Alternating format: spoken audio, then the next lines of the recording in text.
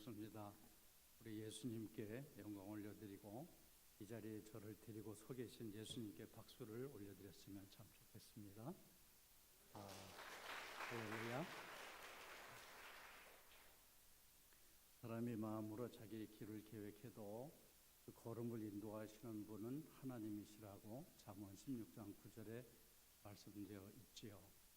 저는 본래 2017년도 9월 오늘 15일이죠. 15일, 16일, 17일 날 여기 오리라고는 상상도 못했고 계획도 세운 바가 없었는데 제가 여기 서 있게 됐어요. 하나님이 하신 일인 줄 믿습니다. 하나님이 이번에 꼭 우리들에게 필요한 은혜를 주실 줄 믿습니다. 주실 줄 믿습니다. 받으실 줄 확신하는 사람은 좀 더 크게 주실 줄 믿습니다. 예, 꼭 주실 줄 믿습니다.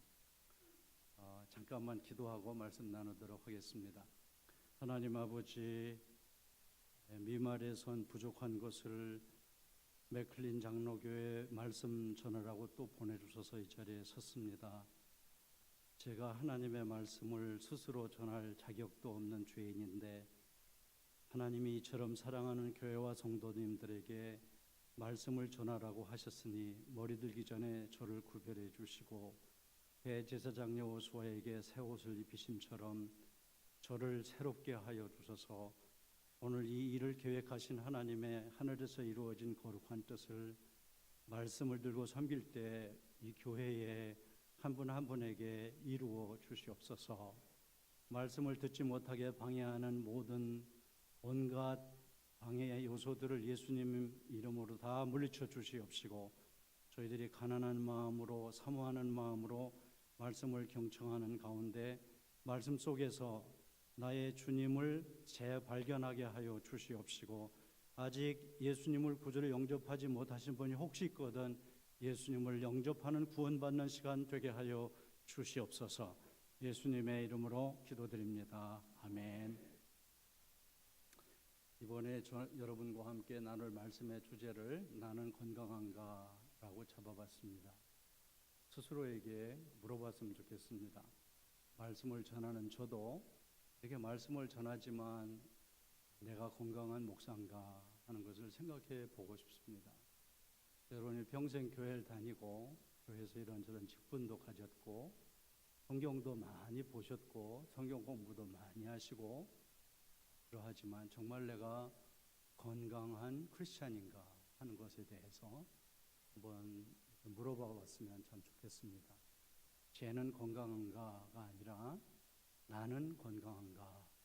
설교를 들을 때 설교를 여러분에게 적용하시기를 바랍니다. 설교를 들으면서 이건 누구 들어야 될 것 같아. 그거 자체가 벌써 병들었기 때문에 그렇습니다. 하나님의 말씀을 나에게 잘 적용할 때 건강해질 수 있는 줄 믿습니다. 여러분이 마음에 어그리가 되면 아멘 분명하게 하시기를 바랍니다. 안 하셔도 괜찮습니다. 조용히 하셔도 좋지만 이왕이면 분명하게 클리어하게 아멘이라고 말씀하시면 하나님이 우리가 아멘하여 영광이 된다고 고린도전서 1장에 말씀되어 있잖아요. 그렇죠? 그래서 이번에 남한테 적용하지 말고 나한테 적용하고 남의 집에 적용하지 말고 우리 집에 적용하는 은혜로운 시간이 됐으면 참 좋겠습니다. 우리가 같이 읽은 본문 말씀에 보면은 가이사랴의 고넬료라고 하는 이탈리아 부대라고 하는데 백부장 한 사람이 있었는데 이 고넬료의 모습을 가만히 보니까 참 건강한 성도구나 하는 것이 제 눈에 들어왔어요. 그래서 여러분과 함께 나눠보려고 합니다. 건강한 교인, 내가 건강한가를 스스로 이렇게 이벨리에이트 할 수 있는 그런 기준이 무엇일까에 대해서 몇 가지 말씀에서 생각해 보려고 그래요. 첫째는 정신이 건강해야 건강하다고 말할 수 있어요. 한 나라의 군대가 정말 건강한 군대가 될 때 전쟁에서 이길 수가 있잖아요. 앞에 저기 비춰지나요? 지금 창립 40주년 기념? 이걸 꺼주시면 좋겠습니다. 말씀에 집중할 수 있도록 이걸 꺼주셨으면 참 좋겠어요. 여러분은 안 그러겠지만 어떤 분들은 조금만 자꾸만 읽고 계신 분들 계세요. 말씀을 잘 들어야 되는데. 여기 꺼졌나요, 진짜? 이제? 네, 감사합니다. 정신이 건강해야 되거든요. 정신이. 그래서 군인 정신이라는 게 있잖아요. 군인 정신에 대해서 공부도 하고 외우기도 하고 키핀 마인드 하기도 하고 그렇게 하잖아요. 군인은 조국을 위해서 목숨을 바칠 각오를 돼 있고 우리 부모와 형제와 친구들과 동포를 보호한다라는 그런 정신이 늘 새롭게 있을 때 누가 보든 안 보든 간에 저 일선에 가서 일을 하든지 저 후방에서 아무도 안 보는 초소에서 혼자 있든지 간에 자기 맡은 그런 일들을 잘 하게 되겠죠.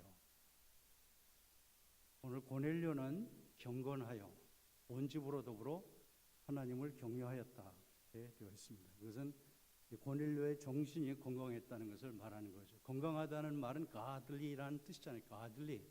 godly라는 말은 하나님과 관계된 것이에요. 생각이 하나님에게 있고 마음이 하나님에게 있고 그래요. 그러니까 다른 사람은 다 안 봐도 하나님은 나를 보시지, 다른 사람 못 들어서도 하나님은 날 다 듣고 계시지, 하나님은 다 알고 계신다라는 이 정신이 고넬료에게 있었어요. 그래서 다 그런 건 아니지만 군 생활하면서 타락하기가 쉽고 이게 모범적인 example로 성경에까지 나타나기가 쉽지 않은데 고넬료는 로마 사람으로서 군대 장교로서 뿐만 아니라 한 모범적인 example 된 크리스찬으로서 오늘 본문에 나타나 있는 것은 고넬료의 정신이 하나님을 경외하는 경건한 사람이었어요. 거기 보니까 온 집으로 더불어 하나님을 경외했다고 되어 있거든요. 온 집에는 자식들도 관계가 돼, 가족들도 관계돼 있고 그 밑에서 일하는 하인들도 다 관계가 돼 있다고 볼 수 있어요.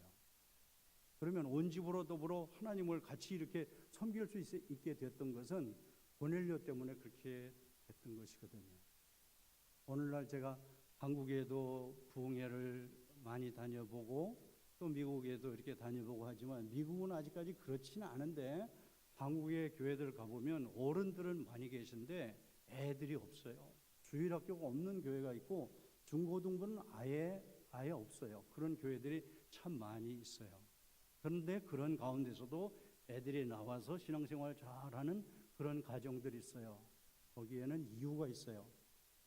저는 속속들이 그 내용들을 안 물어봤기 때문에 모르겠어요. 그러니 고넬료의 예를 들어서 생각해 보면 고넬료가 자식들이 볼 때에 정말 경건하고 하나님을 경외하는 그런 삶의 모습이 있었기 때문에 야 예수 믿자, 교회 가자, 이거 하자 저거 하자 그렇게 말 안 해도 온 집안 식구가 같이 하나님을 경외하며 섬길 수가 있게 됐다라고 하는 것이죠. 바울 사도는 성령님의 감동을 입어서 믿음의 아들 젊은 목회자 디모데에게 편지할 때 이 마지막 때 사람들이 어떤 현상이 나타나면 경건의 모양은 있으되 능력은 부인하는 자라 그런 말씀을 했어요. 경건의 모양이 있다. 경건한 모양은 있어요. 경건에 대해서 말은 해요. 경건에 대해서 책도 있고 경건에 대해서 지식도 많이 있는데 한마디로 경건에 힘이 없는 것이에요. 신약의 교회를 대표할 수 있는 많은 문제를 안고 있었던 교회 중에 하나가 고린도 교회죠. 고린도 교회에 많은 문제가 있었어요. 특별히 고린도 교회는 분쟁이 일어나가지고 그로 인해서 하나님의 영광을 가리우고 전도의 문을 막아버리고 성도들끼리도 상처를 받게 되는 그런 아픔이 있었던 교회였어요. 근데 그 교회를 향해서 그 가운데서 뭔가 이렇게 힘이 있다고 자기가 능력이 있다고 외치는 그런 사람들 때문에 다른 사람들이 상처를 받고 있을 때 성령님께서 바울 사도를 통해서 편지할 때 써주신 말씀이 뭐냐면 하나님의 나라는 말에 있지 아니하고 뭐에 있다고 그랬어요? 능력에 있느니라 라고 말씀했어요. 하나님의 나라는 말에 있지 않고 능력이 있다는 거예요. 하나님의 나라는 경건한 체하고 다니는 것이 하나님의 나라가 아니라 경건의 능력이 나타나야 하나님의 나라가 있는 것이다 라는 것이죠. 제가 목회자라서 성경 찬송을 끼고 그리고 천천히 걸으면서 아멘 할렐루야 아멘 이러고 다니는 것이 능력이 아니라 누가 보든지 안 보든지 간에 하나님 보시는 앞에서, 하나님 들으시는 앞에서 하나님이 우리의 내 속마음까지 다 살핀다는 것을 늘 생각하면서 그 하나님 앞에서 정말 두려웠고 떨리는 그런 정신을 가지고 살아가는 것이 참된 능력이라. 워싱턴 DC 에리아의 맥클린 이 지역에 또 버지니아 지역에 여러분들을 보면서 자, 경건에 힘이 있구나, 경건의 능력을 가진 사람들이구나, 그렇게 될 수 있기를 바랍니다. 맥클린 장로교회 젊은이들이 얼마나 나오는 교회인지 전 잘 모르겠어요. 제가 22년 전에 여러분 교회 와서 이 자리에 서서 설교했던 기억이 나요. 맥클린 장로교회 성도 여러분들이 사랑하는, 같이 살고 있는 자녀들에게, 젊은이들에게 경건의 능력 있는 익sem플로서의 그런 본을 보이심으로 인해서 젊은이들이 이 교회에 와서 나는 우리 아버지 뒤를 이어서 이런 장로가 되고 싶다, 어머니 뒤를 이어서 이런 권사가 되고 싶다, 그런 젊은이들이 올 수 있기를 바랍니다. 딴 데서 딴 사람 데려오려고 그러지 말고 여러분의 자녀들을 이 교회에 올 수 있게 되기를 바랍니다. 어떤 특별한 사정이 있어서 못 나오는 사람이 늘 수 있겠죠. 그런데 이렇게 건강하지 않은 교회들 가만히 보면은요, 여러분 놓고 내가 얘기하는 거 아니에요. 건강하지 않은 교인들 가만히 보면은 자기 자식은 자기 교회에 오지 말라 그러고 다른 교회 가서 은혜 받으라고 그래요. 다른 교회 가야 시집장가 갈 수 있어서 거기 보낸다는 거예요. 건강하지 않기 때문에 그런 거예요. 우리 생사화복이 누구 손에 달려 있어요? 하나님의 손에 달려 있죠. 그렇죠? 하나님이 하늘의 문을 여시고 복을 주셔야지 내 아들 딸이 잘 되는 것 아니겠어요? 그렇죠? 그래서 온 집으로 더불어 하나님을 경외하여서 내 밑에서 일하는 임플로이도 나를 보고 나도 저분 보니까 예수 믿고 싶다, 나도 저분 보니까 하나님 섬기고 싶다, 나도 저분 보니까 저분 나가시는 교회에 나도 나가고 싶다. 그래서 여기 있는 여러분 한 사람 통해서 여러분 집에 있는 자식들이나 여러분 친구들이나 이웃이나 또는 사업장에 있는 어느 누구와 이 교회로 주님 앞으로 나오게 될 수 있기를 바랍니다. 그게 바로 건강한 정신을 가진 사람의 모습이라고 하는 거죠. 스스로 물어보십시오. 나는 정말 경건한 사람인가? 나는 정말 하나님을 경외하는 사람인가? 주일날 한 번만 성경 찬송 읽고 양복 양장 차려입고 나와서 그냥 이렇게 주일날 한 번 예배드리고 가서 다음부터는 주일날 목사님과 사모님과 여러분들끼리 볼 때만 크리스찬이고 그렇지 않고서는 내 멋대로 사는 그런 사람이라면 병든 거죠. 어떤 사람은 영적으로 암병에 걸린 사람도 있을 수 있어요. 어떤 사람은 영적인 알츠하이머에 걸린 사람이 될 수도 있어요. 예수님이 말씀했어요. 내가 스스로 나는 아무 문제가 없다고 말하던 바리새인들을 보고 이렇게 말씀하셨잖아요. 예수님이 세리들과 죄인들과 함께 식사하시는 모습을 보면서 죄인들과 함께 식사한다, 저 죄인의 친구가 됐다라고 예수님 손가락질을 하고 제자들에게 핀잔을 줄 때 예수님 유명한 이런 말씀했어요.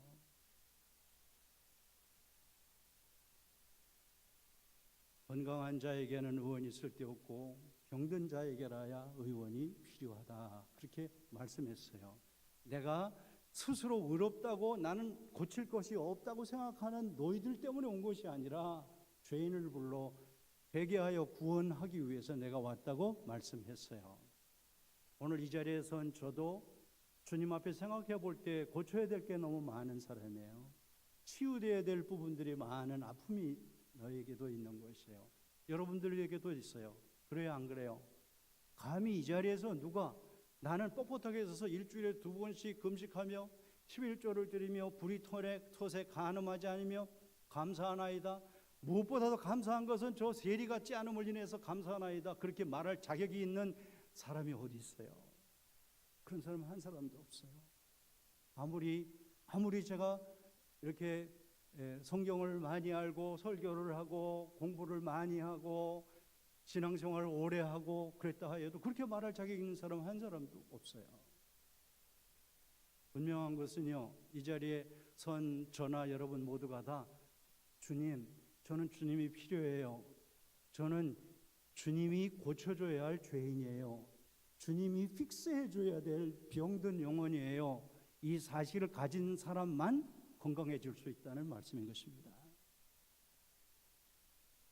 그래서 고넬료는 그런 정신을 가졌기에 고넬료가 점점 건강해졌고, 건강한 사람이 다른 사람을 세울 수 있잖아요. 그래서 원주보라 더불어 하나님을 경외하게 만들었어요. 여기 있는 여러분 한 사람 한 사람이 맥클린 장로교회를 건강한 중에 더 건강하게 만드는 세포들이 될 수 있기를 예수님의 이름으로 축원합니다. 고넬료의 경우 보니까 두 번째로 고넬료가 뭐가 건강한가 가만히 생각해 봤어요. 사람들이 정신이 건강한 사람이 진짜 건강한 사람이더라고요. 보니까 그런 것처럼 건강한 사람은요 이렇게 호흡이 깨끗해요. 건강한 사람은 심호흡을 할 줄 알아요. 그런데 중환자실이나 이런 병원에 아주 편찮으신 분들 가보면 숨 쉬는 걸 힘들어요. 숨을 어떨 때는 자기 혼자 못 쉬어가지고 기계로 숨을 쉬게 되잖아요. 심호흡을 못해요. 제가 이런 얘기를 하는 이유는 우리가 영적으로 건강하려면 기도는 영혼의 호흡하고 같아요.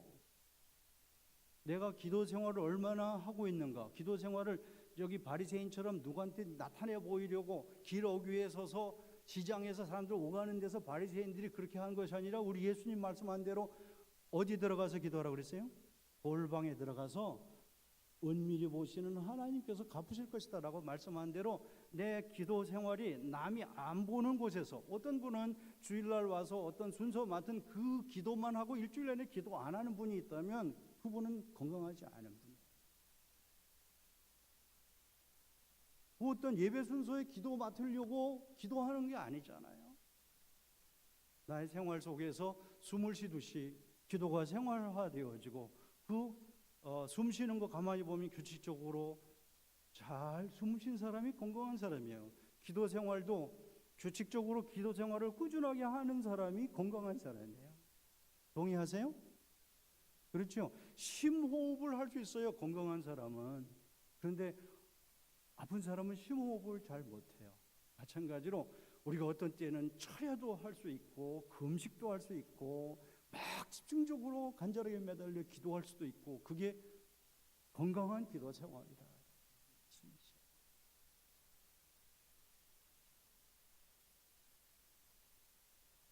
우리가 이번에 집회하면서 말씀드린 대로 이 집회는 우리들을 다시 챌린지하기 위해서 하나님께서 이런저런 목사님들을 보내서 말씀하시는 거예요. 저는 부족하지만 지금 섬기는 교회에서 갈 데가 없어서 그런지 27년 동안 있게 됐어요. 27년 동안 있으면서 목회하면서 여러분들을 대하면서 제가 38살 나이에 죄송합니다. 38살에 아주 젊은 그런 목회자로서 저희 교회에 왔을 때 장로님들이 다 60이 넘으시고 그러신 분들인데, 이제는 제가 65세가 됐으니까 그 장로님들이 막 80 후반, 90도 다 돼가시고 그런 분들도 계시단 말이에요. 여러분들을 이렇게 목회하고 목양해 오면서 느껴지는 그런 부분들이 뭐냐면, 그래도 꾸준하게 기도하시는 장로님, 꾸준하게 기도하시는 권사님, 꾸준하게 기도하시는 그런 집사님들이 건강하더라 이 말이에요. 하시겠지만 주마가편이라는 말 있잖아요. 달리는 말에 채찍질 한다고 하시는 분은 더 잘하라고 제가 이런 말씀을 드리는 것입니다. 만약에 기도 생활을 제대로 안 하고 계시는 분이 있다면 기도 생활 새롭게 시작하게 되시기를 바랍니다. 그렇다고요, 교회에서 하는 기도에는 안 나오고 난 골방에서만 기도합니다, 그렇게 하라는 뜻은 아니에요.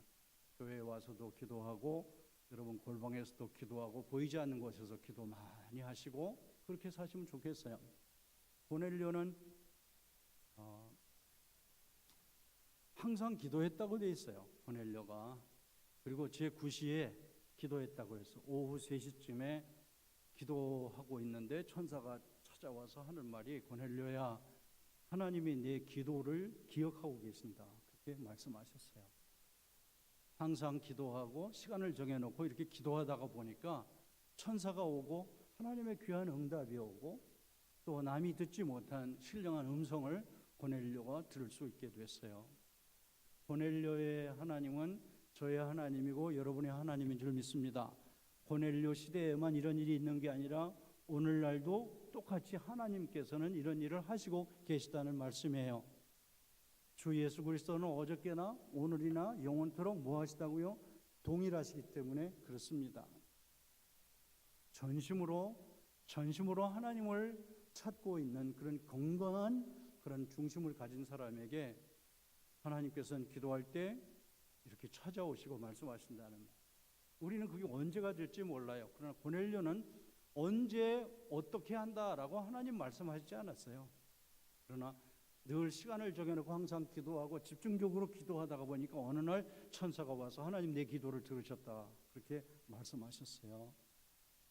여러분의 기도 생활 속에 하나님께서 오시는 이런 귀한 위로가 있게 되기를 바랍니다.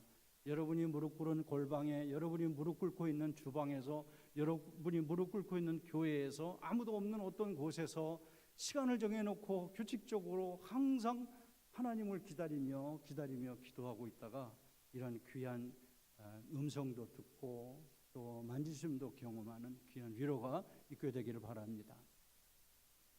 양해하시고 용서하시고 들으시길 바랍니다. 제가 저희 교회에 부임했을 때 예배당을 짓기 시작했습니다. 부임하는 날로 땅을 파고 예배당을 짓기 시작했습니다. 목사님은 저희 교회 한번 와보셨다 그러는데 저는 고 목사님은 잘 몰라요. 전화를 저한테 하셔서 이렇게 부흥에 오실 수 있겠습니까? 그런데 전혀 모르는 분이 이런 전화를 하셔가지고 그래서 이렇게 왔어요. 근데 저희 교회 한번 오셨었다고 오늘 와서 그러니까 말씀하시더라고요. 저희 교회는 이렇게 아주 전통적인 그런 자그마한 교회인데 배를 뒤집어 엎는 것처럼 천정이 뱀밑창처럼 그렇게 돼 있어요. 앞뒤로 좀 긴 그런 모양인데 이 강대상 왼쪽에 방을, 오른쪽에도 방이 하나 있고, 근데 왼쪽 방은 내가 기도하는 방으로 방을 좀 만들어 달라 그렇게 했어요. 그래서 새벽기도 다 마치고도 저는 그 방에 들어가서 계속 이렇게 기도하고 그렇게 했었어요. 기도하다 보면 교인들은 다 가고도 아무도 없을 그런 시간들까지도 또 교인들을 위해서 기도하다 보니까 시간이 그렇게 갈 수밖에 없게 되겠죠. 그래서 어느 날 기도를 하고 있는데 그게 한 8시 정도 됐던 것 같아요.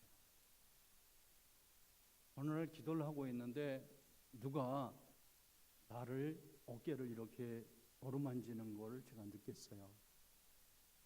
그래서 누가 들어왔나라고 이렇게 봤는데 아무도 거기 없었어요.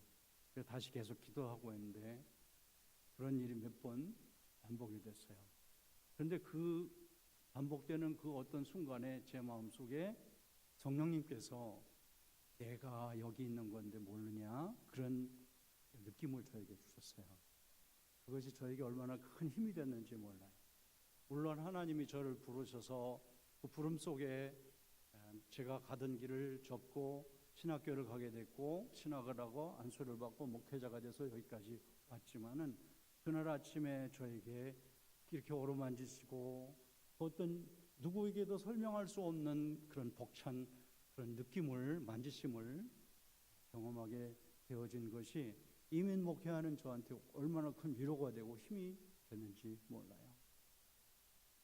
여러분, 아무 날 아무 시 어디에 내가 너를 찾아가겠다.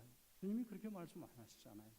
그러나 우리가 시간을 정해놓고 주님을 기다리며 주님께 내 마음을 쏟으면서 기도하다 보면 주님이 고넬료를 오후 3시에 기도할 때 찾아온 것처럼 아침 8시경에 제가 기도하던 그 방에 주님이 어떤 모양으로 오셨던 것처럼 오늘도 주님은 이 맥클린이 맞아요? 발음이?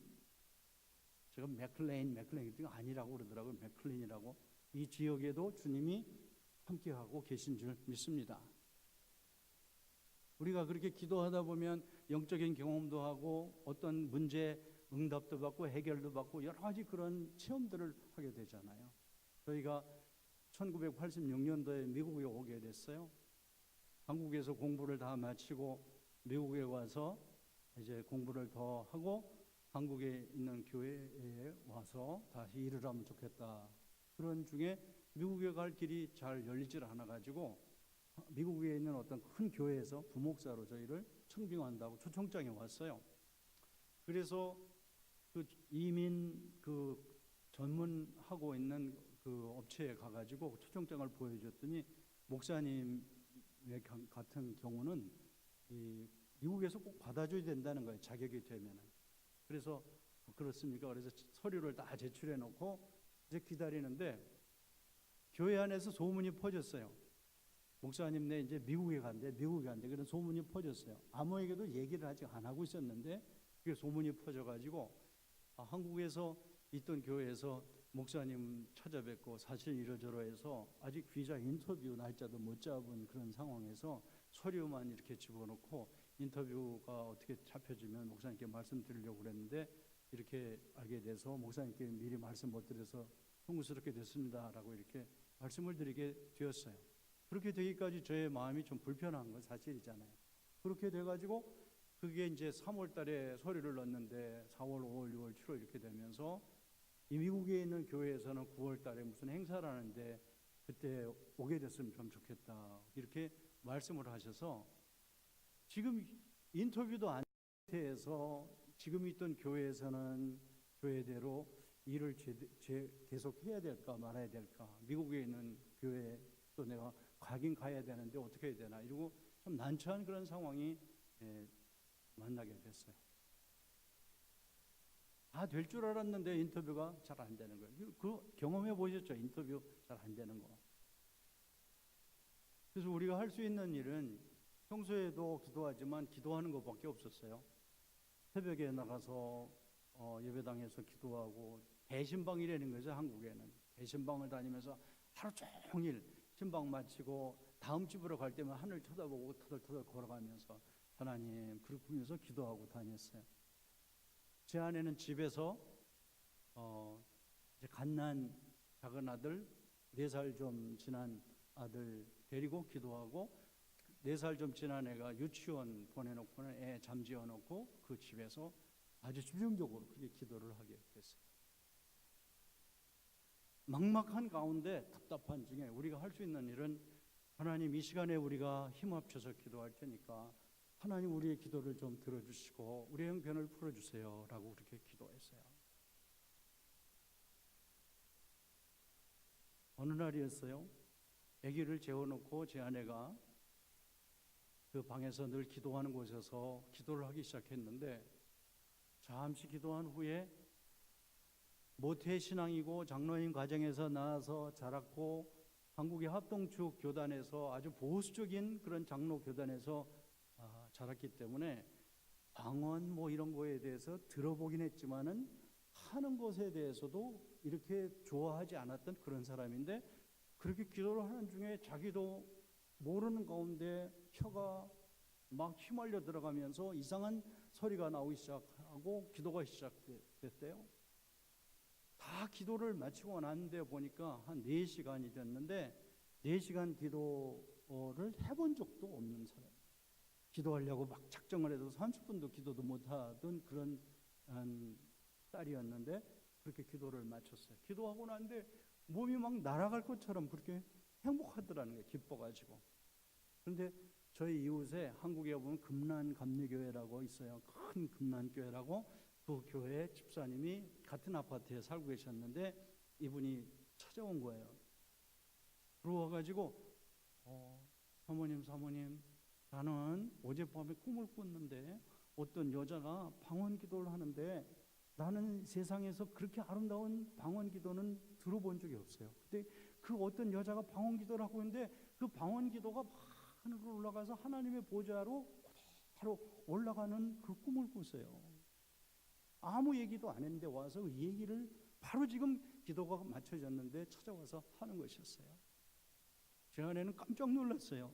집사님, 나는 생전 방언 해본 적도 없는 사람이고 방언을 사모한 적도 없는 사람이고 그런데 우리 문제로 인해서 하나님의 도우심을 달라고 정해놓고 이곳에서 계속 이렇게 기도하다가 보니까 방금 전에 제가 처음 내가 방언 기도를 했어요.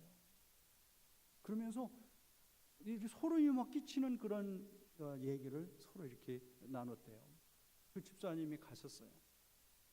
집사님이 가시고 나서 한 몇 시간 후에 저희 장모님한테서 전화가 왔어요.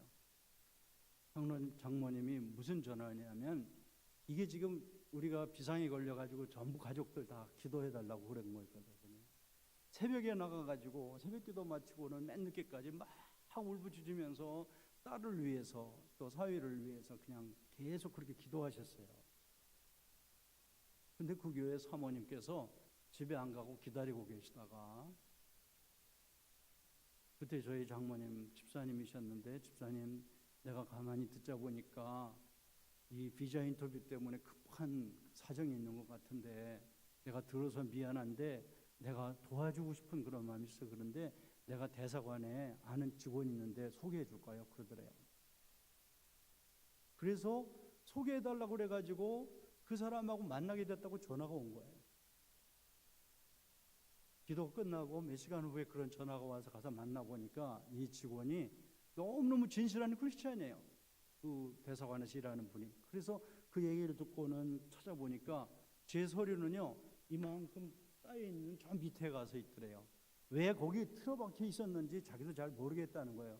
서류를 다 들여다보고는 아무 결격 사유가 없는데 이상하다 그래가지고 영사한테 가서 이거 어느 날 접수된 건데 이 밑에 있어서 이렇게 왔다 그러니까 인터뷰 날짜를 잡자 그래가지고 8월 말까지 제가 그 교회에서 일하고 했는데 8월 27일 날 인터뷰 날짜 통보가 왔어요. 오후 2시 30분에 하자고. 저는 굉장히 정말 감사한 얘기를 하고 있는데 여러분들은 전혀 감동이 없는 것 같아요. 이건 그냥 일어날 일이 아니거든요. 이게 그 담당했던 그 책임자가 전화를 하셔가지고 안 믿는 사람이에요. 교회 안 다니는 사람이 있어요. 목사님 기도 많이 하셨나 봐요. 그래서 왜 그러시냐니까 이렇게 빨리 나올 걸 자기는 기대 못했다는 거예요. 기도 많이 하셨나 봐요. 그래서 속으로 제가 그랬어요. 교회도 안 다니고 예수도 안 믿는 사람이 기도 많이 했다고, 목사 보고 기도 많이 했다고 또 이렇게 얘기해 주네. 그런데 이분이 이렇게 말하는 거예요. 인터뷰를 하러 가실 때 기도 더 세게 하고 가셔야 된대요. 왜 그러냐니까 거기에 어떤 한 여자 영사가 있는데 그 여자 영사한테만 걸리면 다 떨어진다는 거예요. 인터뷰할 때 특별히 목사님들 다 떨어졌다 그러면서 그 사람 걸리지 않게 해달라고 기도하라는 것이었어요. 그래서 그날 아침부터 우리가 물 한 모금도 안 마시고 간절하게 매달려서 기도했어요. 근데 우리 시간이 돼서 딱 들어갔더니 아무도 없어요. 그래서 다시 고개를 숙이고 잠시 기도하고 눈을 떴는데 누가 나타나냐면 남자가 나타나더라고요. 백인 남자가. 얼마나 감사한지요. 그래서 마음이 편안하더라고요. 그래서 그 사람들한테 영어를 잘 하지도 못했지만 편안한 마음으로 몇 마디 했더니 Good luck, welcome to America. 그러더니 사인을 해서 미국에 오게 됐어요. 제가 이 얘기를 드리는 이유는 뭐죠? 우리가 항상 기도하고 시간을 맞춰놓고 규칙적으로 자꾸 기도하다 보면 우리가 바라는 것이 하나님의 뜻이면 하나님께서 응답해 주실 거예요. 그것도 주시지만 구하지 아니한 것도 우리들에게 주실 수 있는 분이시다라는 거예요.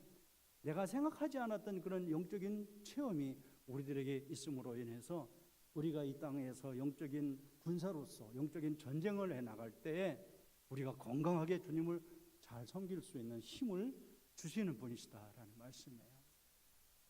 고넬료의 하나님은 부족한 저의 하나님, 제 안의 하나님이고 여러분의 하나님이세요. 그렇죠? 오늘까지 은혜로 살았잖아요. 하나님의 은혜로 살았잖아요. 우리가 하나님 앞에 은혜 받는 수단 중에 하나가 몇 가지 있지만 저는 기도가 하나님 앞에 은혜 받는 수단 중에 하나라고 생각됩니다. 그렇죠?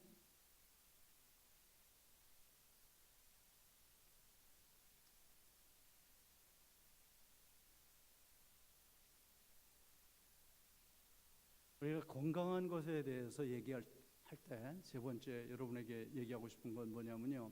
건강한 사람은 식욕이 있어요. 의욕이 있어요. 병든 사람은 식욕이 없고 음식을 갖다 줘도 쓱 밀어넣어요. 조금 정성을 다해서 무슨 뭐 좋은 죽을 쏘다 드려도 한 모금 마시고는 그냥 이렇게 물려놔요. 건강하지 않기 때문에 그런 거죠. 건강한 사람은 없어서 못 먹는데, 또 남의 것도 또 갖다 이렇게 먹는데, 건강하지 않은 사람은 식욕이 없어요. 식욕이. 뭘 말씀하려고 제가 그러냐면요, 우리가 영적으로 건강하려면 육신적인 건강을 위해서 음식에 대한 식욕이 있어야 되는 것처럼 영적인 건강을 위해서 말씀에 대한 식욕이 있어야 돼요. 말씀에 대한 갈급함이 있어야 돼요. 은혜에 대한 갈급함이 있어야 되는 거예요.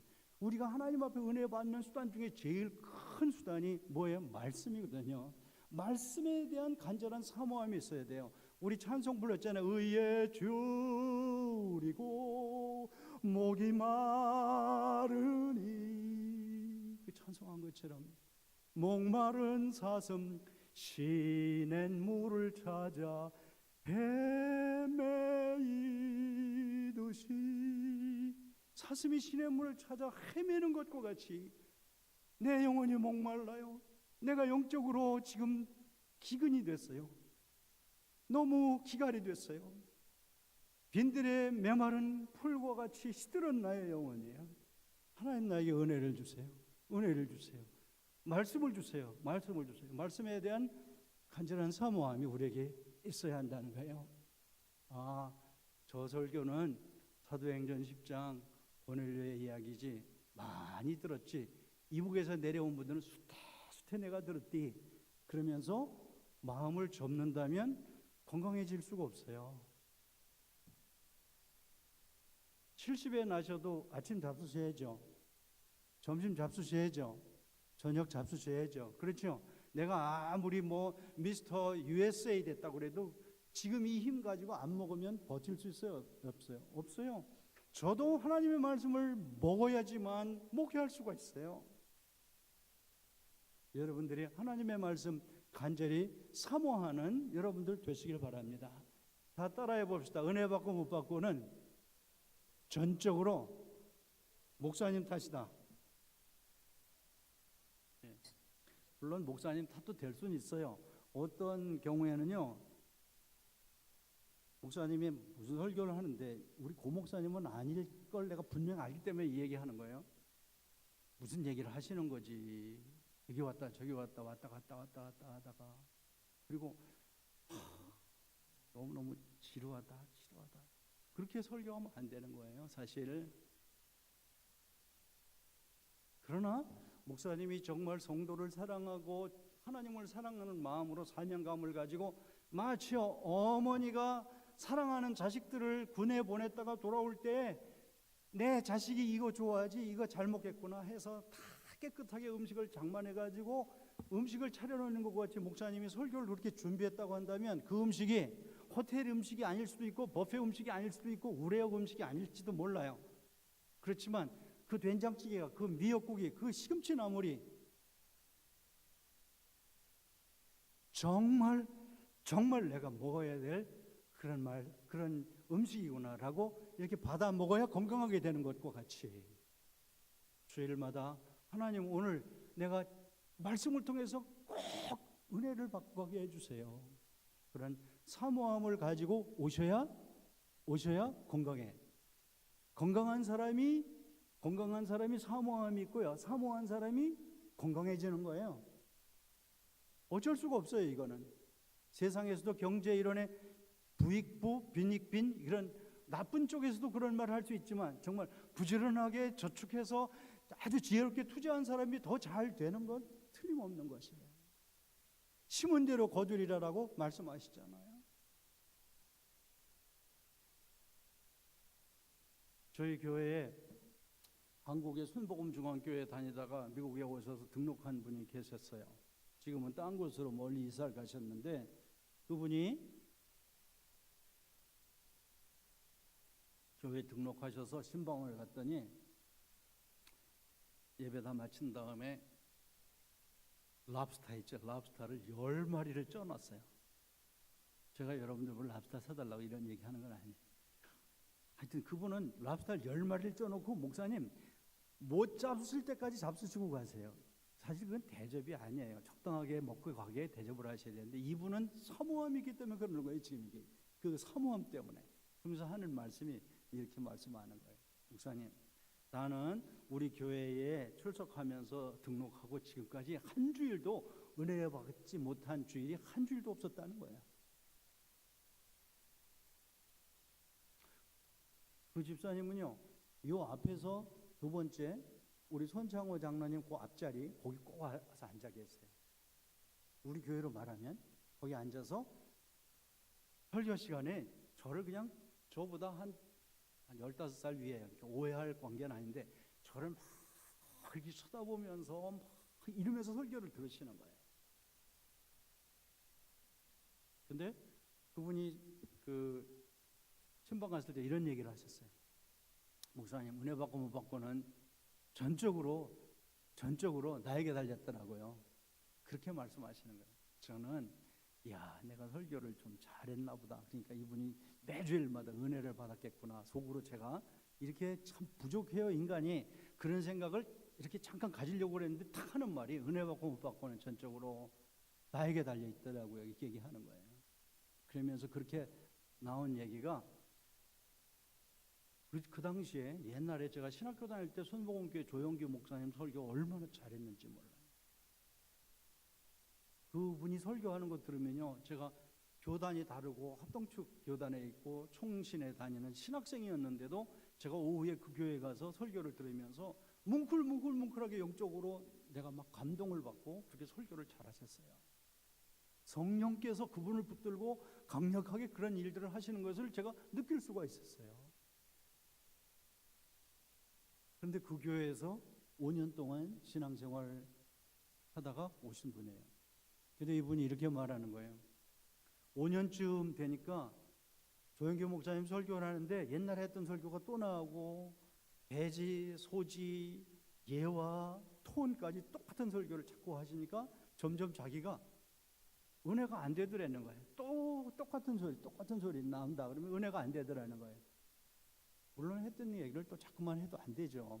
그렇지만 그 얘기를 들으면서 자기가 은혜가 안 된다 그래서 너무너무 견딜 수가 없어서 오살리라고 하는 그 금식기도원이 있어요. 순복음교회에서 운영하는 그 금식기도원에 가서 일주일 동안 금식을 작정하고 막 몸부림을 친 거예요. 은혜를 회복하게 해달라고.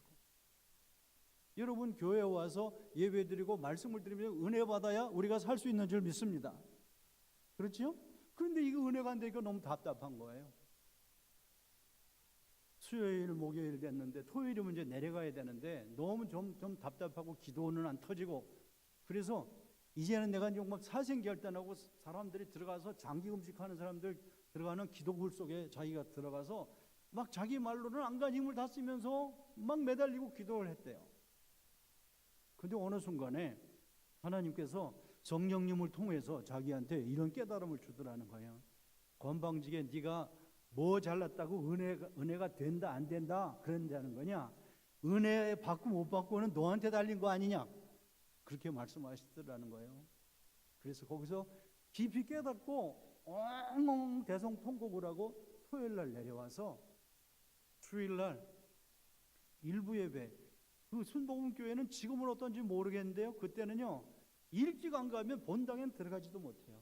본성전엔 들어가지도 못해. 다른 이런 모니터 가지고 보는 그런 예배실에 가서 예배 드려야 되고 거기도 못 들어갈 수도 있는 그런 때였어요.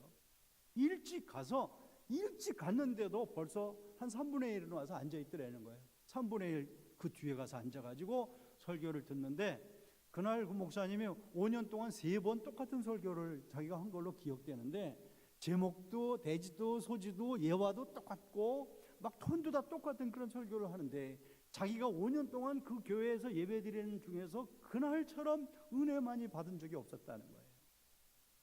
이렇게 눈물을 막 흘리면서 너무 많은 은혜를 받고 일부 예배 마치고 사람들이 쫙 빠져나갔어요. 근데 한국에 옛날에 삼류극장 가면 몇 번씩 보고 나오는 데 있잖아요. 그런 데 있었죠. 그러니까 한 번 빠져나간 다음에 한 번 들으니까 더 갈급함이 생겨가지고 또 한 번 들어야 되겠다. 그래가지고 앞자리에 가서 맨 처음에 앉아요.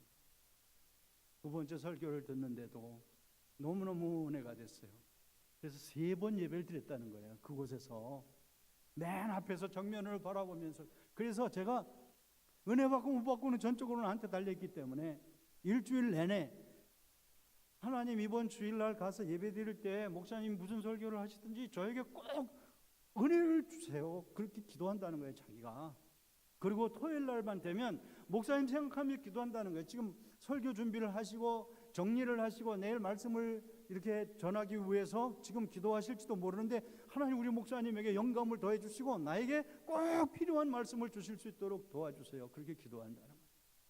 주일날 아침에 일어나서 교회 30분 전에 꼭 와요. 근데 30분 전부터 집에서 나오기 전에 다시 한번 기도하고 30분 전에 예배당에 딱 들어와서 그날 주복을 펴놓고 본문 제목 이렇게 보고 본문 다시 한번 읽고는 한 20분 동안 예배 시작하기 전까지 또 그렇게 기도한다는 거예요.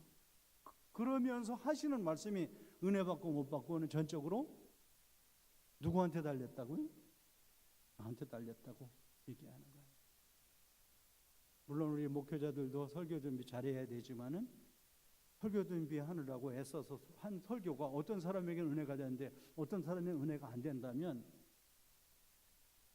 설교를 듣는 사람에게 달린 거죠. 그렇죠? 제가 지금 이렇게 설교를 해도 설교를 듣는 여러분 중에는 참 은혜가 된다, 그렇다 그런 사람이 있고 어떤 사람은 별로다 그런 사람이 혹시 있다면 그것은 사모하는 사람에게 달린 거예요. 그게 사모하는 사람에게 꽁보리밥에 된장을 차려줘도 달다고 막 쩝쩝거리면서 먹는 사람이 있고 어떤 사람이 이걸 뭐 밥이라고 해줬냐 그렇게 하면서 투정을 부리는 사람이 있다면 밥이 문제가 아니라 그 사람이 문제죠. 그렇죠? 여러분 사모하는 간절한 마음이 있어야 이렇게 건강한 거예요. 그 영혼이 건강한 거예요. 여러분 건강하시기를 바랍니다. 이제 남은 시간 제가 무슨 설교를 하더라도 꼭 은혜가 될 것 같아요. 설교 시간에 졸지 마세요. 설교 시간에 이 예수 믿는 사람들은요 들은 건 너무너무 많아가지고 설교 시간에 졸지 마세요 하니까 하나님께서 사랑하시는 자에게 잠을 주시는 거 아니겠습니까? 또 이렇게 얘기하는 분도 있어요. 웃자고 하는 얘기겠지만 그건 그럴 때 쓰라고 하는 말이 아니잖아요. 절대로 주무시지 마세요. 그 설교 시간에 가급적이면 눈 감고 계시지 마세요. 딴 데 쳐다보지 마세요.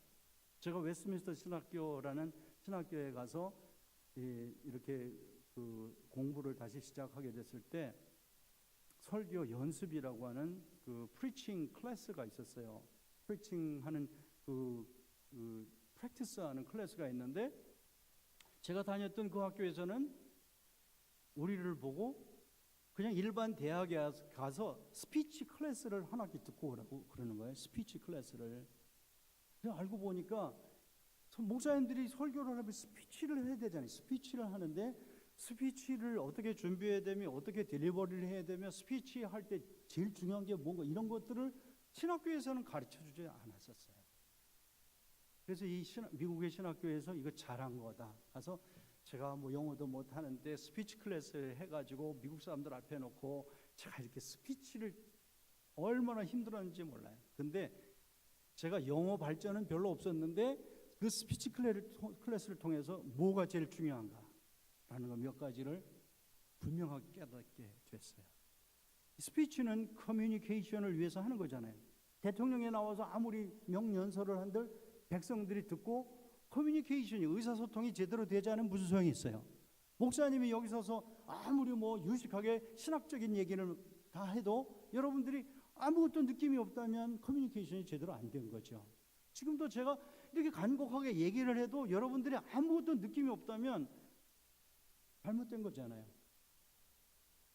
그런데 이 스피치 클래스에서 배운 거 있어요. 커뮤니케이션이 있기 위해서 제일 중요한 포인트가 뭐냐?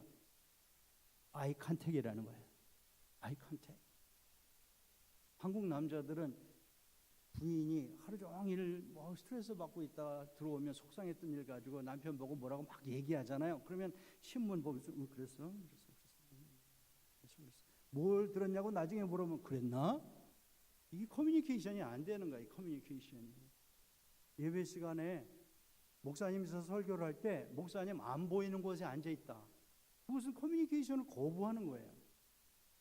만약에 여러분 눈을 감고 계시다고 한번 생각해 봐요. 여러분이 눈을 감고 있는 것은 제가 여기 숨어서 얘기하는 거하고 똑같은 거예요. 이해가 되세요? 그러니까 잘 보고 계셔야 돼요. 좀 이렇게 피곤할 수도 있겠죠. 그러면 좀 이렇게 쉬셨다가도 다시 눈을 뜨고 부릅뜨지는 마시고 똑바로 뜨시고 이렇게 말씀을 보셔야 돼. 제가 리더스 다이제스트라는 잡지 보니까 거기 이런 재미난 글이 있더라고요.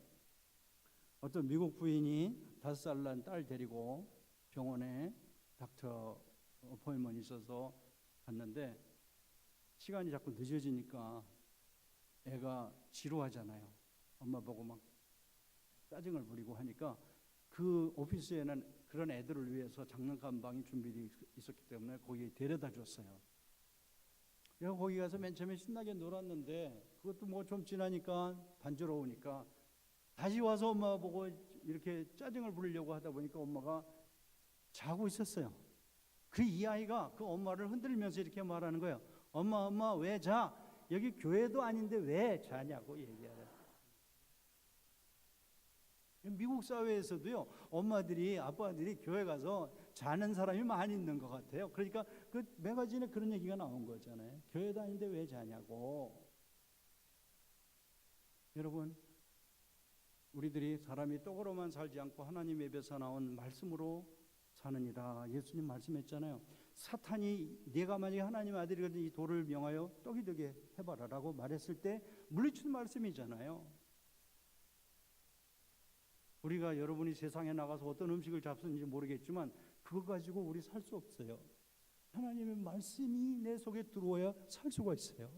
아까도 말씀드렸지만 주일날 예배드리고 가셔서 애들하고 무슨 얘기하세요? 오늘 무슨 말씀을 주셨냐? 오늘 무슨 말씀 우리가 받았느냐? 오늘 고 목사님이 엄마 아빠한테 이 할아버지 할머니한테 이런 말씀을 전해주셨다. 나는 이 말씀을 듣다가 이게 깨달아졌다. 우리 이거는 하지 말자. 이건 하자. 그게 있어야 되잖아요. 애들이 교회 갔다 와가지고 뭘 듣고 왔는지도 모르고 그렇게 했다면 예배 잘못된 거잖아요. 건강하지 않은 거예요. 그거는 예배 시간에 뭐 박수치고 노래하고 막 그리고 그냥 감정으로 이렇게 부풀었다가 간다고 건강해지는 게 아니에요. 하나님의 말씀은 살았고 운동력에서 좌우에 날선 어떤 검보다 예리하여 혼과 영과 및 관절과 골수를 찔러 쪼개기까지 하며 생각과 뜻을 감찰하시나니라고 했어요. 동의하세요? 우리가 하나님의 말씀에 대한 갈급함이 있어야 돼요. 사모함이 있어야 돼요. 내일 아침도 내일 낮에도 내일 저녁에도 앞으로도 정말 예수님의 이름으로 모인다고 하면 오늘 나는 꼭 은혜 받고 와야 되겠다라는 그런 갈급함과 사모함을 가지고 오시길 바랍니다. 성경에 말씀했어요. 하나님은 사모하는 심령을 만족하게 해주신다고 말씀했어요. 사모하는 심령을. 이번에 이 집회가 나는 건강한가? 그런데 다른 사람보다도 내가 은혜 받으면 되는 거예요. 그렇죠? 내가 은혜 받. 저 사람 때문에가 아니라 내가 먼저 은혜 받으면 되는 거예요.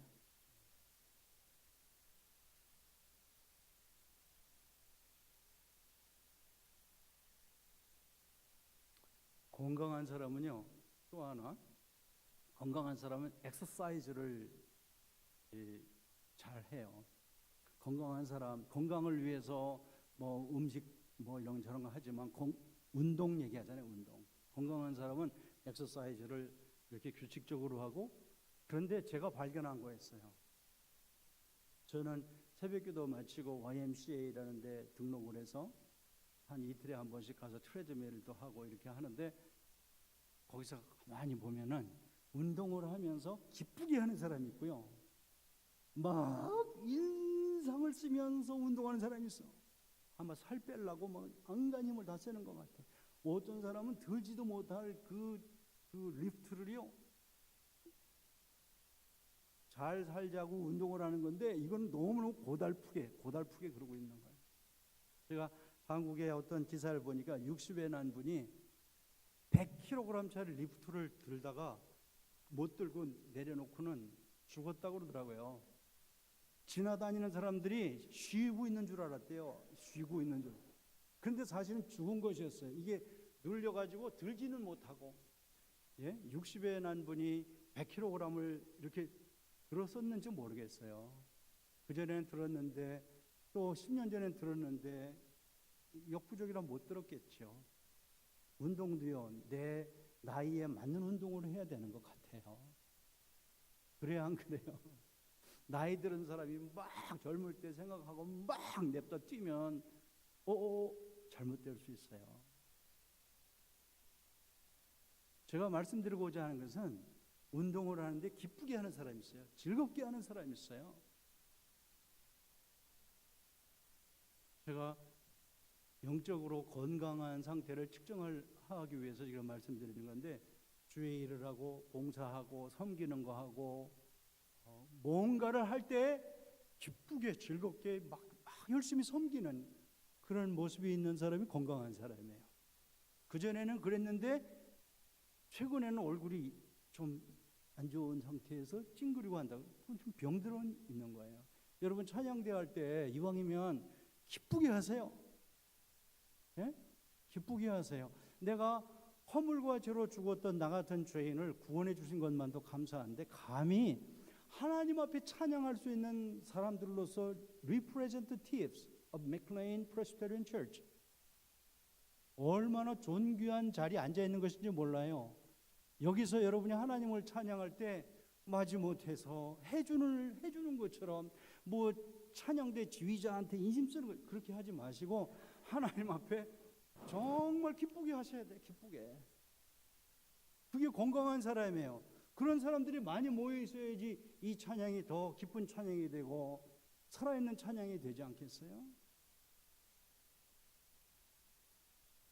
교회에서 여러분들이 뭘 할 때 그렇게 기쁘게 하셔야 되죠. 제가 알고 있는 그 김아무개라고 하는 목사님은 공군에서 군목을 하셨던 분이신데, 이분이 공군 군목으로 그 부대에 가셨더니 공군 부대장이 크리스찬인데 찾아오셨더래요. 목사님, 저도 크리스찬인데 저는 부대장이 찾아왔으니까 목사님 얼마나 놀랐겠어요. 제가 목사님 뭐 도와드릴 거 없을까요? 그러더라는 거예요. 그래서 목사님이 도와주실 게 있어요. 뭔가 했더니 주일날 나와서 주보 나눠주는 안내위원 해주셨으면 좋겠다고. 1시간 전에 나와서 준비기도 한 30분 동안 하고 30분 전부터 서가지고 오는 그 장병들한테 90도로 인사하면서 주보를 나눠주는데 웃으면서 꼭 해달라고.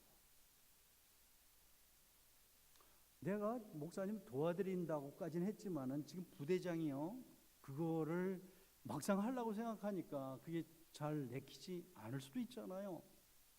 근데 이분이 거듭난 그런 성도고 그 속에 성령님이 계시고 정말 예수님이 나 같은 것을 위해서 어떻게 하셨는가에 대한 것에 대한 그런 고백이 있었던 분이기 때문에, 그래 내가 이거 할 바에야 기쁘게 하자. 내가 무슨 권위를 부리면서 위험 내세우면서 마지못해서 하는 것처럼 이렇게 하지 말고 내가 기쁘게 해야 되겠다. 그래서 다음 주부터 1시간 전에 나왔어요. 목사님이 이렇게 말했어요. 장군님, 이왕이면 정복을 입고 계급장 다 붙이고 그동안 받은 훈장도 다 붙이고 나와서 그렇게 해달라고 그랬어요. 1시간 전에 나와 30분 기도하고 그렇게 하고 서서 오는 사람들한테 멋쩍었지만 정말 친절하게 웃으면서 그 일을 했어요. 여러분 군에 갔다 오신 분들 아시겠지만은 맨 처음에 이등병 이런 사람들이 얼마나 고달픕니까? 집 생각도 나고 어머니 생각도 나고 막 그 고달프게 그 병영 생활을 하는 중에 믿는 사람들은 특별히 주일날 교회 가서 예배 드리는 거 알고 있지만 그렇지 않은 사람들은 그 교회에 그냥 딸려 나오는, 누군가에 의해서 이렇게 딸려 나오는 그런 사람도 있거든요. 그 시간만이라도 속박을 벗어날 수 있는 자유로운 시간이기 때문에 그런 경우들이 많이 있어요. 그런데 부대장을 만난다는 것은 그것도 참 생각할 수 없는 일이거든요. 근데 그 부대장이 친절하게 웃으면서 그것도 주보를 나눠주면서 어서 오세요, 안녕하셨어요, 이렇게 해줬어요. 그 첫날 그 주보를 받아들고 들어가 가지고 1시간 내내 목사님이 설교한 거는 별로 기억 안 나는데 이 부대장이 서가지고 웃으면서 이렇게 한 것만 기억에 많이 남는 거였어요. 나중에 들은 얘기라고 그러면서 이 사람들이 가가지고 막 소문을 퍼뜨렸어요. 다음 주일날 더 많은 장병이 왔어요. 더 많은 장병이 왔어요. 그래가지고 그 부대 전체가 다 주일날이면 그 공군 부대 예배당에 모여가지고 예배를 드리게 그렇게 됐다라는 것이었어요. 우리가 어떤 한 사람이 어떤 모습으로 섬기는가 하는 것이 얼마나 다른 멤버들에게 좋은 영향력을 미치는가 하는 것을 보여주는 것이죠. 고넬료는 백부장이고 돈이 많은 사람이었어요. 그래서 백성들을 많이 구제했다고 그랬어요. 그리고 자기 친구들과 가까운 친척들을 다 불러 모아놓고 이제 베드로님이 오실 테니까 이 베드로님이 오시면 우리 은혜를 받자. 그런 섬김을, 자기가 섬김을 받으려고 한 거 아니라 섬김을 그렇게 했어요. 그래서 자기 밑에 있는 그 하인 둘하고 경건한 종졸이라고 그랬어요. 경건한 부하라는 말이에요. 고넬료가 자기 밑에 부하 중에 자기도 경건하지만 이 경건한 부대장을 보고 경건한 쫄벽이 생긴 거잖아요. 그 사람을 보내서 저 요바에 가면 피장 시몬의 집에 베드로라는 사람인데 그 사람을 가서 모시고 오거라. 그래서 모시고 오게 된 거예요. 이것은 고넬료가 평소에 정말 예수님을 믿는 사람으로서 이렇게 섬김을 받으려고 하지 아니하고 섬기려고 하는 그런 모습을 백성들에게도 보였고 자기 밑에 있는 부하에게도 보였고, 이런 모습들을 통해서 사람들이 하나씩 둘씩 감동을 받고 나가 저 사람 믿는 예수님 나도 믿고 싶다. 그래? 고넬료가 오라고 그러니까 가야지. 친구들이 와서 거기에 있다가 베드로가 그날 와서 설교하는 중에 성령이 임하셔서 그들이 큰 은혜를 받게 되어졌던 것이에요. 주여, 나 한 사람으로 인해서 교회에 올 사람이 생길 수 있게 해주시고 나 한 사람으로 인해서 목사님이 설교하는 가운데 성령 받는 역사가 나타나게 하여 주시옵소서. 그게 우리의 마음의 소원이 됐으면 참 좋겠어요.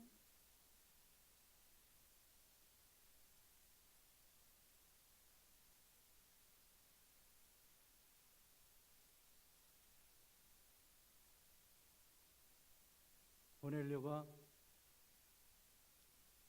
보여주고 있는 건강한 모습 중에서 마지막으로 한 가지만 더 하고 싶은 건요, 에리튜드가 건강해요.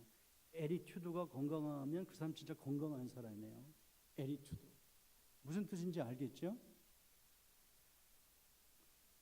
베드로를 청해 오라고 그랬어요. 베드로를 청해서 오니까 고넬료가 읽진 않았으면 10장에 가서 다 읽어보세요. 베드로가 들어오는데 고넬료가 맞으러 나가서 그 땅바닥에 엎드려서 절을 했다고 그랬어요. 땅바닥에 엎드려서 절을 했어요. 베드로가 이렇게 세우면서 나도 사람이라라고 그랬어요. 훗날 베드로는 베드로전서에서 이런 말씀을 하죠. 하나님이 교만한 자를 대적하시고 겸손한 자에게 은혜를 주신다. 그렇게 말씀하셨어요. 우리의 에리튜드는 예수님의 에리튜드를 닮아야 되죠. 예수님같이 높은 분이 어디 있어요? 예수님같이 온전하신 분이 어디 있어요? 예수님같이 거룩하신 분이 어디 있어요? 그런데 예수님께서 나는 섬김을 받으러 온 것이 아니라 많은 사람을 섬기러 왔다 말씀하시면서 나는 마음이 온유하고 겸손하니 내 멍에를 메고 내게 배우라라고 예수님 말씀하셨어요. 맥클린 한인교회에 들어와서 사람들이 보고 이 교회 사람들은 다른 거 몰라도 예수님의 겸손하신 에리투드를 배운 사람들이구나. 그런 교회 되시기를 바랍니다. 그렇게 되면 나머지는 성령께서 하실 거예요. 내가 그 교회 갔더니 나 같은 사람은 거들떠도 안 보더라고. 만약에 이 지역에 있는 사람이 어느 교회 가서 예배 드리고 나서 펠로십 하고 나서 다음 주부터 이 교회에 나오겠습니다. 근데 그 사람이요, 거기 등록하면서 제가 우리 교회에 와서 등록하는 사람들이 한 얘기를 들어볼 때 똑같은 얘기 할 것 같아요. 모든 교회 갔더니 쳐다도 안 쳐다보더라고요. 왔는지 갔는지 그냥 자기들끼리 밥 먹고 그러더라고요. 맥클린 장로교회는 그런 교회 아니지만은 이 미국 동부의 어떤 지역에는요, 메디컬 닥터들이 70~80%인 그런 교회도 있어요. 그래서 거기 가서는요, 대학을 못 다닌 사람은 너무 기가 죽어서 살 수밖에 없는 거예요. 자기들끼리 모여 맨날 무슨 경기중학교, 경기고등학교, 서울대학교 나오고 그런 얘기만 자꾸 하는 거예요. 여러분, 신앙생활을 하면서 절대로 그런 얘기 하시는 거 아니에요. 내가 한국에 갔더니 그 연세 많으신 장로님이 이렇게 말씀하시더라고요. 목사님, 교회 생활하다 보면 교회에는 여러 사람들이 모여오잖아요. 그래서 교회에서 사람들이 스몰 그룹을 이루든지 또 어떤 사이즈의 그룹을 이루든지 얘기할 때 안 해야 되는 거 있어요. 안 해야 되는 거. 근데 이민 생활하면서는 더 절실하게 느껴져요. 안 해야 되는 얘기 있어요. 첫째, 고향이 어디요? 꼭 한국 사람들은 만나서 몇 마디가 아니라 고향이 어디냐고 꼭 이렇게 물어보는 거예요. 두 번째, 학교는 어디 나왔소? 세 번째, 지금 잡이 뭐요? 그 중에 잡이 없는 사람도 있잖아요. 가방끈이 짧은 사람도 있잖아요. 자기의 출신을 밝히고 싶지 않은 사람들이 분명히 있을 거예요, 거기. 그런데 그런 얘기 하지 말라는 거예요. 제가 그 장로님 말씀 듣고 옳다.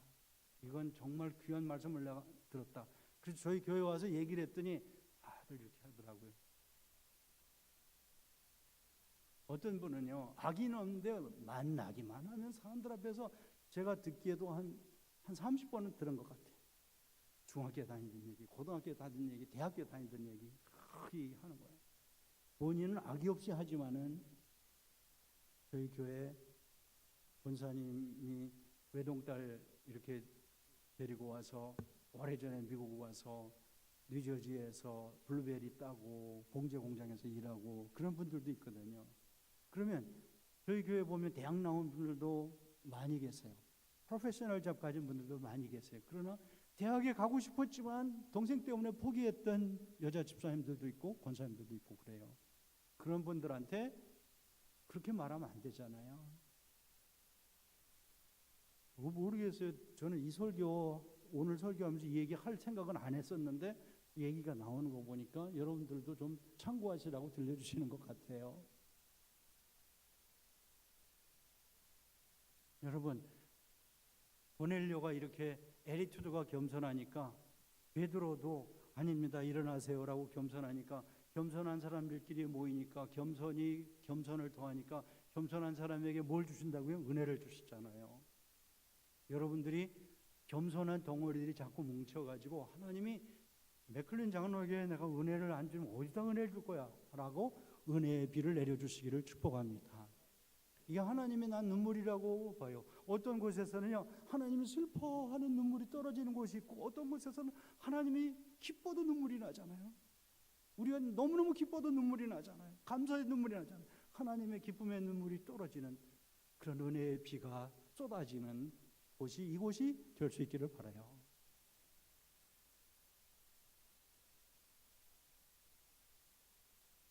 제가 한국에 있는 한 산정연 교회라는 데 부흥의 부탁을 받고 나가게 됐었어요.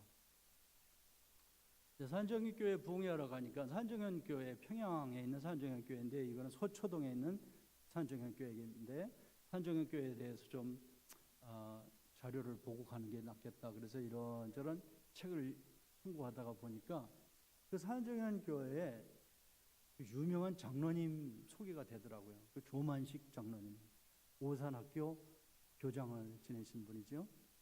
그 산정연 교회는 어느 목사님이 유명하죠? 주기철 목사님, 순교자 주기철 목사님, 저 높은 곳을 향하여, 그 영화 보셨어요?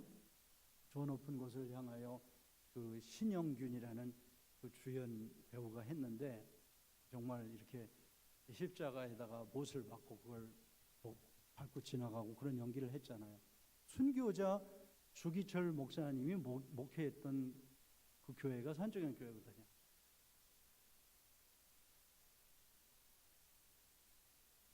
근데 산정현 교회에 목사님이 안 계시게 됐나 봐요. 그러니까 청빙위원회가 구성이 돼가지고 어떤 목사님을 모시면 좋으냐 그러다가 이 조만식 장로님이 청빙위원회 대표로 그때 저 경남 마산 어떤 지역에서 목회를 하고 계셨는데 주기철 목사님을 우리 교회 담임 목사님으로 모시는 게 어떻습니까?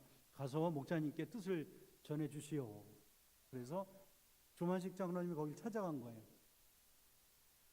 목사님 서재에 이렇게 들어갔는데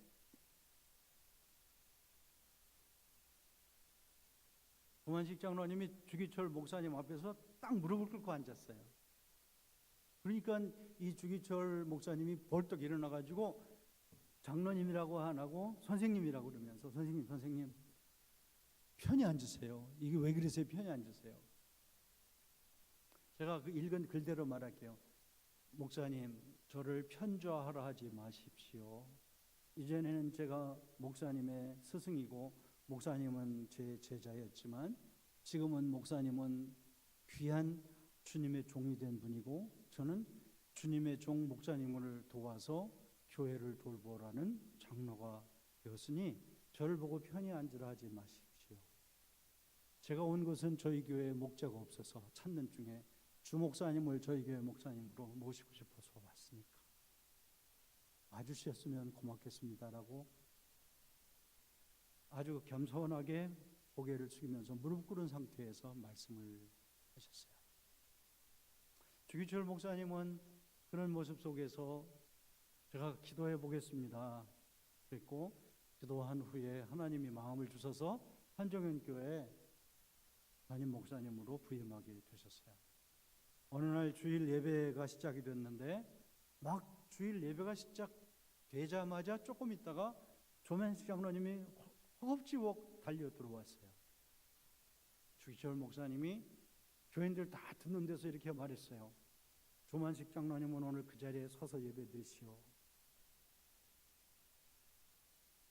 조만식 장로님은 물을 끼얹은 것 같은 조용해진 장내에서 고개를 들지 못하고 내내 1시간 동안 예배를 드리게 됐어요.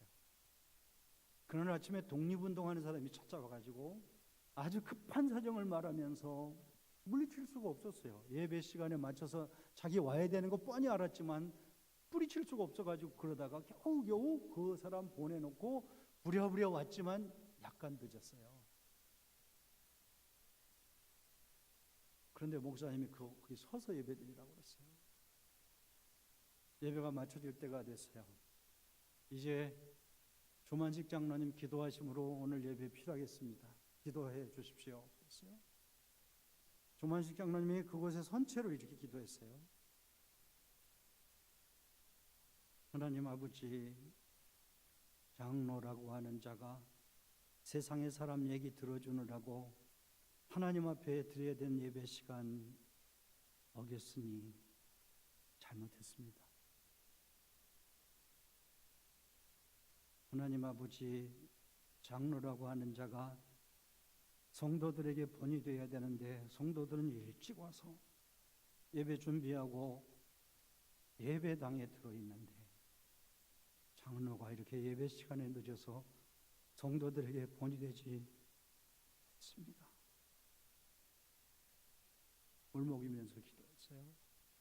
마지막으로 하나님 아버지, 장로라고 하는 자가 주의 종의 마음을 아프게 했어요. 주의 종의 마음이 얼마나 아프시면 저를 여기 서서 예배드리라고 그러셨겠는가 생각할 때 너무너무 잘못했습니다. 그러면서 울먹울먹하다 흐느껴 울면서 기도를 했어요. 주 목사님도 울고 온 교인들이 다 울었어요. 교회가 산정현 교회예요. 그 교회 목사님이 주기철 목사님이에요. 주기철 목사님은 하늘에서 갑자기 떨어진 사람이 아니에요. 그런 철치 리더, 그런 장로님이 있는 교회였기 때문에 주기철 목사님 같은 분이 나올 수가 있었다라는 말씀인 것이죠. 여러분들 잘 하시는 줄 알겠지만 다시 한번 이 집회를 통해서 나는 어디서 와서 지금 뭘 하고 있는가? 나의 디렉션은 지금 어디로 가고 있는가? 나는 아시아 7교회 중에 라오디게아 교회 사람들처럼 나는 부유하다 부족함이 없다 하나? 정작 주님의 눈을 빌어서 나를 보니 내가 영적인 빈곤이 있구나. 나는 옷을 입어서 부끄러움이 없다 하나? 주님의 눈을 빌어보니 내가 벌거벗고도 창피한 줄 모르고 부끄러운 줄을 모르고 있는 나이구나. 볼지어다 내가 문 밖에 서서 두드리노니 누구든지 내 음성을 듣고 문을 열면 내가 그에게로 들어가 그로 더불어 먹고 그는 나로 더불어 먹으리라. 라오디게아 교회를 향해서 오늘 우리들을 향해서 주님 똑같은 말씀하고 계신 것입니다. 건강한가요?